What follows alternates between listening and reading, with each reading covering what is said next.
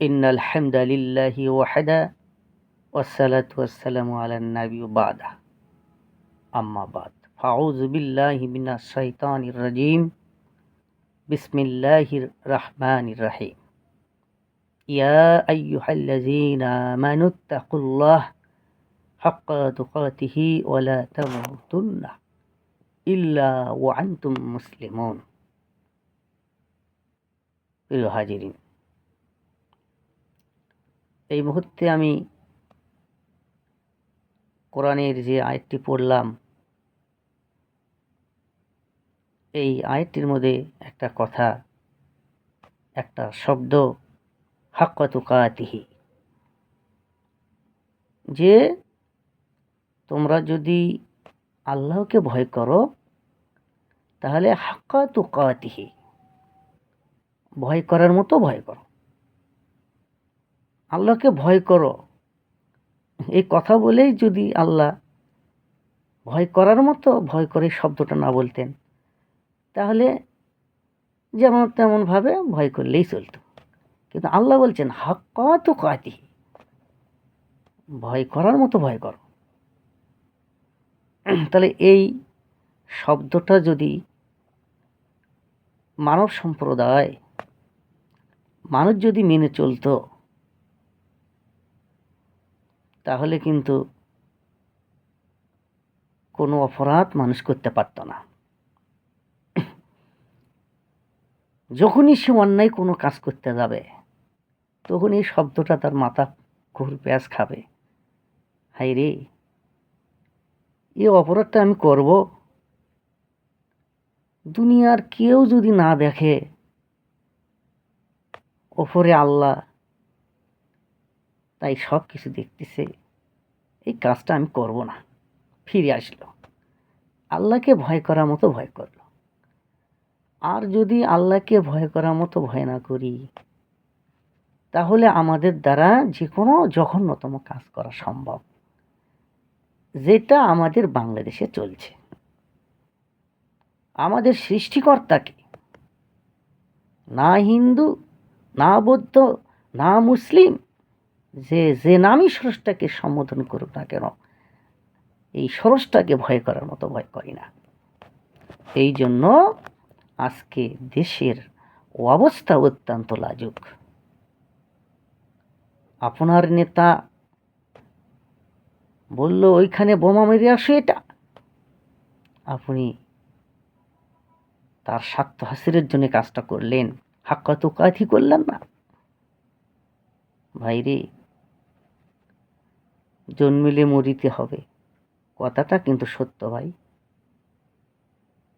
তাহলে কবি বলেছিল, এমন জীবন তুমি করিবে গঠন, মরণে হাসিবে তুমি, কাঁদিবে ভুবন। এমন জীবন তুমি গড়ো যে মৃত্যুর সময়, তখন তোমার মৃত্যু এসে যাবে, মৃত্যু হয়ে যাবে, মানুষ তোমার জন্য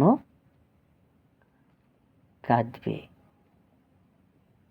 হাইরে, লোকটা সমাজের এত ভালো কাজ করছে ভাই, এত হক কথা বলছে, সমাজ শৃঙ্খলায় ফিরে আসার জন্য এত সুন্দর সুন্দর কথা বলছে। আহারে, এই লোকটা আজকে চলে গেল ভাই। হাইরে, লোকটা কত কষ্ট দিছি ভাই, আজ থেকে এই লোকটা সেবা আর পাবো না। হাইরে ভাই, তখন কান্দলে আর কোনো কিছুই করার নাই। হাক্কা তুকাতিহি, হাক্কা তুকাতিহি, ভয় যদি করো, আল্লাহকে ভয় করার মতো ভয় করো। এ ভয়, পাপ তো হবেই, পাপ না হলে তাহলে স্রষ্টার কি দরকার ছিল? কিন্তু ওই পাপই শ্রেষ্ঠ পাপী ভাই, যাই পাপ করার পরই অনুতপ্ত হয়ে আল্লাহকে হাক্কা তুকাতি করে ভয় করা মজা করে, বলে আল্লাহ, এই কাজটা আমার দ্বারা হলো, আল্লাহ আমি করতে চাইনি, নফসকে চেক দিতে না পেরে কাজটা হয়ে গেছে, হে আল্লাহ তুমি ক্ষমা করো। ওই পাপই হচ্ছে শ্রেষ্ঠ পাপী, যে পাপ করার পর আল্লাহর নিকট ক্ষমা চায়। এইটাই আজাদিল শয়তান আর মানুষের মধ্যে পার্থক্য।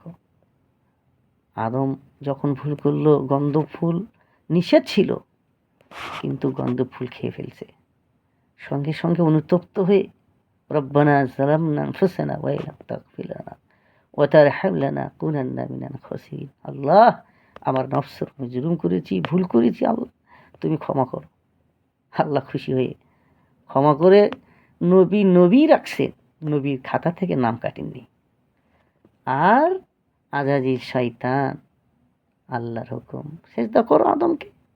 সে অহংকার করেছিল আমি আগুনের তৈরি, আদম হচ্ছে মাটির তৈরি, এটা কি সম্ভব? আল্লাহ সে যুক্তি দেখালো, আল্লাহর সে বড় জ্ঞানী। এই জন্য আল্লাহ পাক লানত করে তাকে আজাজির শয়তান হিসেবে আমরা চিনি।